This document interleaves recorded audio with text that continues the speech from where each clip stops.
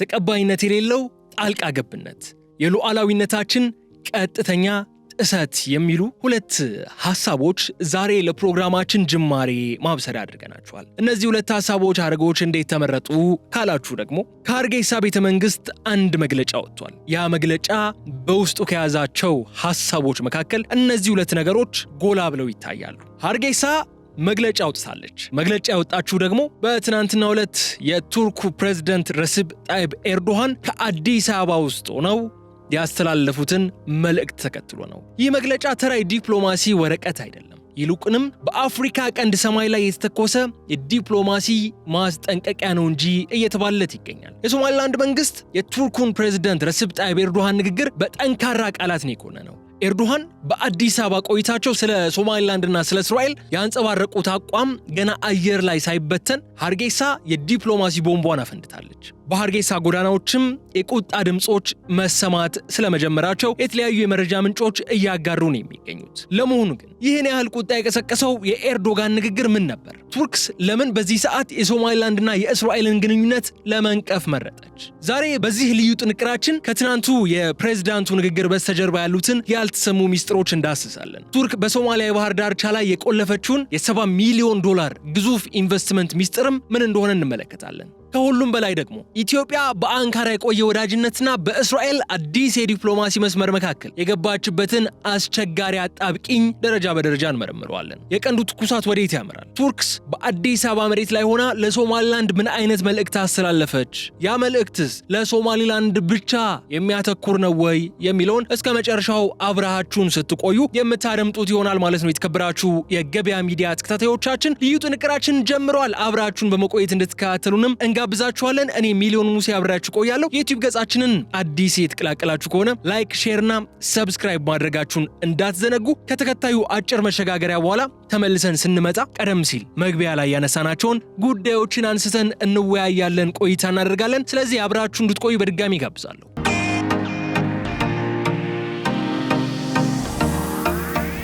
ትላንት የካቲት 10 ቀን 2018 ዓመተ ምህረት አዲስ አበባ የዲፕሎማሲ ማዕከል ሆና ውላለች። ነገር ግን የዕለቱ ትኩረት የሁለቱ ሀገራት የንግድ ልውውጥ ላይ ያተኮሩ ንግግሮች ብቻ አልነበሩም። ፕሬዝዳንት ረሲብ ጣይብ ኤርዶሃን በቤተ መንግስት በሰጡት ጋዜጣዊ መግለጫ የተናገሩት ድንገተኛ ንግግር የአፍሪካ ቀንድ ዲፕሎማሲ ገበታ ላይ ትልቅ መናወጥ እንደፈጠረ እየተነገረ ነው የሚገኘው።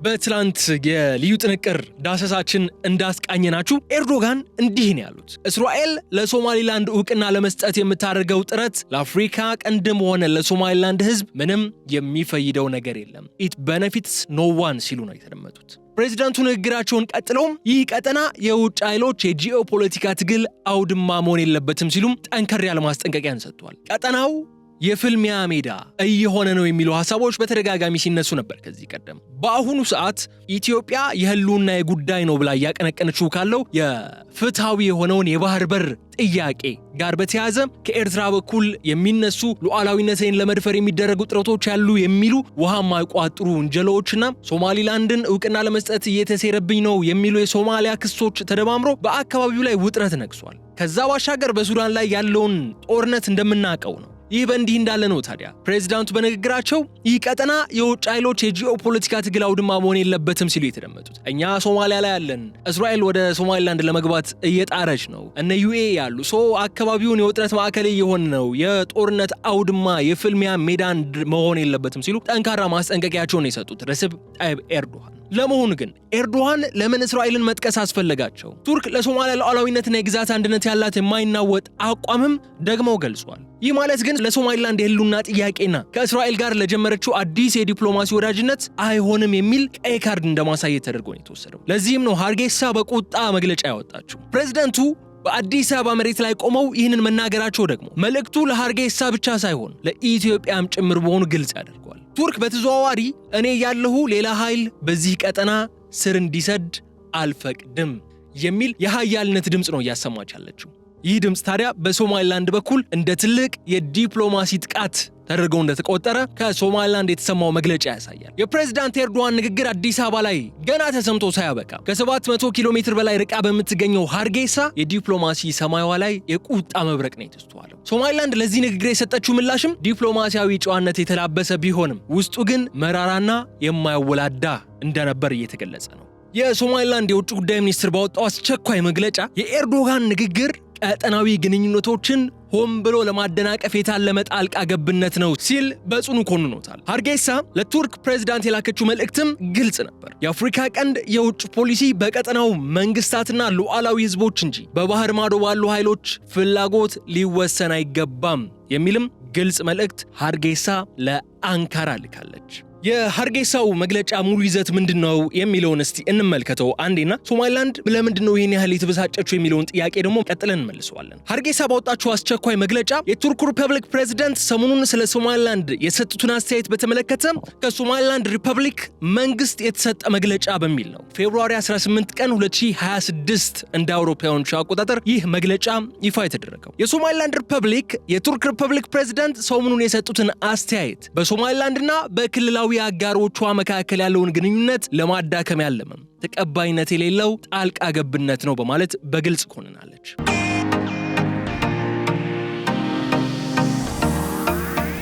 ቀጥላም የአፍሪካ ቀንድ ሀገራት የውጭ ፖሊሲ ውሳኔዎች መወሰን ያለባቸው በራሳቸው በክልሉ መንግስታትና ህዝቦች መሆን አለበት። የውጭ ሀገራት ሽኩቻ የክልሉን መረጋጋትና ትብብር በሚያናጋ መልኩ ወደ ቀጠናው መዛመት የለባቸውም ስትላክላለች። ከዚህ ባሻገር ሶማሊላንድ ቱርክ ቀጠናዊ ውጥረትን ከሚቀሰቅሱ አቋሞች እንድትቆጠብና የጋራ መከባበርን፣ ጣልቃ ለመግባትንና የሉዓላዊ ውሳኔ አሰጣጥ መርሆችን እንድታከብር ትጠይቃለች ስትል ሃርጌሳ ተደምጣለች። ሶማሊላንድ ከቀጠናዊና ዓለም አቀፍ አጋሮች ጋር የምታደርገው ግንኙነት እንዲሁም እውቅና ለማግኘት የምታደርገው ጥረት ሰላማዊ፣ ህጋዊና በህዝቦቿ ዲሞክራሲያዊ ምኞት ላይ ጽኑ መሰረት ያለው ነው ስትል ሃርጌሳ ይፋ ባደረገችው መግለጫዋ ላይ ገልጻለች።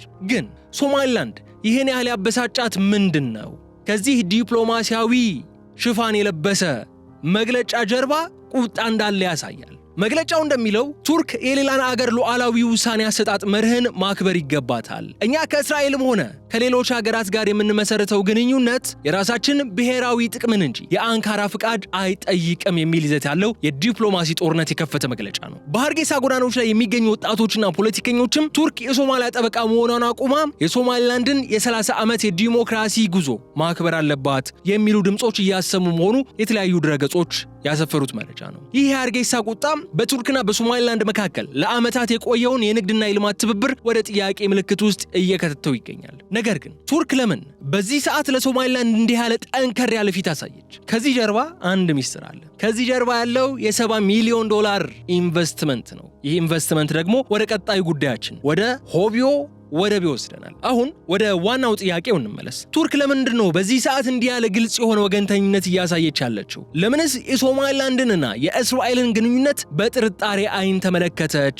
የሚለው ነው ዋናው ጥያቄው መሆን ያለበት። መልሱ ከዲፕሎማሲያዊ ንግግሮች ጀርባ ባለው ግዙፍ የኢኮኖሚና የስትራቴጂ ጥቅም ውስጥ ተደብቆ ይገኛል። እውነታው ደግሞ እሱ ነው። ቱርክ በሶማሊያ ግዛት ውስጥ በሚገኘው የሆቢዮ ወደብ ግንባታ ላይ የ30% ድርሻ ይዛለች። ይህ የአንድ ተራ ወደብ ግንባታ አይደለም። ለዚህ ፕሮጀክት የመጀመሪያ ምዕራፍ ብቻ $70 ሚሊዮን የተመደበ ሲሆን ዋና ዓላማው ደግሞ በሶማሊያና በኢትዮጵያ መካከል አዲስና ግዙፍ የንግድ ኮሪደር መፍጠር ነው ይላል። ይሄ እኔ አይደለም እያልኩ ያለሁት ይህ አሁን ያነሳውላችሁ ሐሳብ ወይም ደግሞ የወደቡ ዋና ዓላማ በሶማሊያና በኢትዮጵያ መካከል አዲስና ግዙፍ የንግድ ኮሪደር መፍጠር ነው የሚለው ሐሳብ የሆቢዮ ፖርት ይፋዊ ድህረ ገጽ ላይ ስትገቡ የምታገኙት ነው። ቱርክ ሴኪዩርስ ሜጀር ስቴክ ኢን ሶማሊያስ ሆቢዮ ፖርት የሚል ኦክቶበር 20 ቀን 2024 የወጣ አንድ አርቲክል ላይ የዚህን ፖርት ዴቨሎፕመንት ወይም ግንባታ በኢትዮጵያና በሶማሊያ መካከል የንግድ ኮሪደርን ለመመስረትና የቱርክን በቀንዱ ያላትን ስትራቴጂካዊ ተጽዕኖ ወይም ስትራቴጂክ ኢንፍሉዌንስ ለማሳደግ ያለመ ነው ይላል። ይህ በሆቢዮ ፖርት ይፋዊ ድህረ ገጽ ላይ ሰፍሮ የምናገኘው ነው።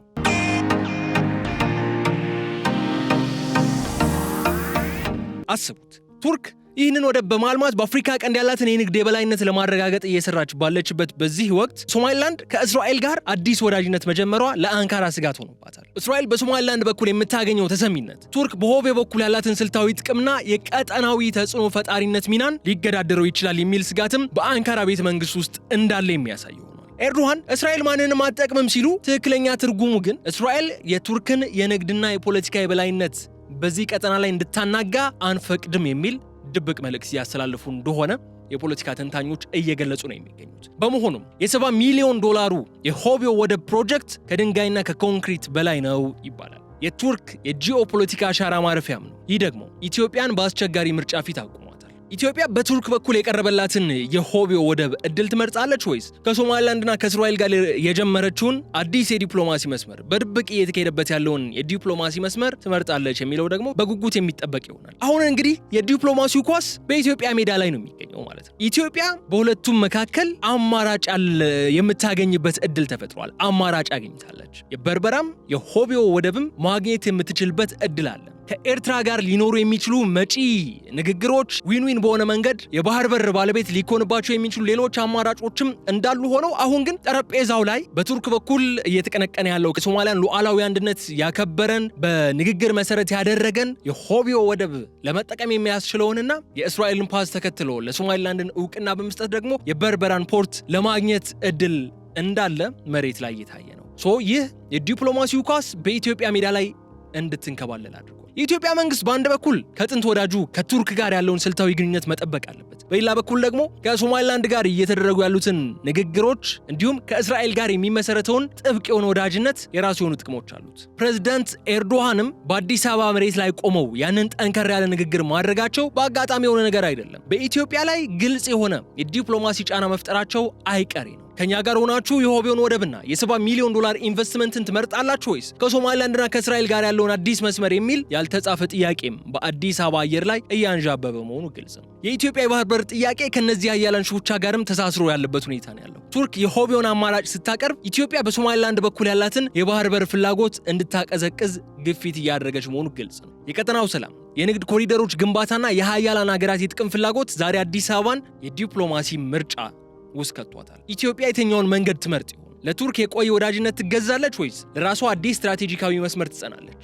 አሊያም ሁለቱን አቻችላ የምትሄድበት መንገድ ይኖራል ወይንስ ሌላ አማራጭ አለ? ይህ የጊዜው ትልቁ ጥያቄ ነው። ጊዜም የሚፈታው ይሆናል። እናንተስ ግን በቱርክ በእስራኤልና በሶማሊላንድ መካከል ያለው ይህ የዲፕሎማሲ ፍጥጫ ለኢትዮጵያ ምን ይዞ ይመጣል ብላችሁ ነው የምታስቡት? አስተያየታችሁን በኮመንት መስጫ ሳጥኑ ላይ አጋሩን። በቀጣይ በሌላ ጉዳይ መልሰን እስክንገናኝ ድረስ ቸር ሰንብቱ እያልኩ የዛሬውን የልዩ ጥንቅር መሰናዶዬን እዚህ ጋር ነው የምቋጨው። ዩቲዩብ ገጻችንን ላይክ፣ ሼርና ሰብስክራይብ ማድረጋችሁ እንዳትዘነጉ። ሰላም።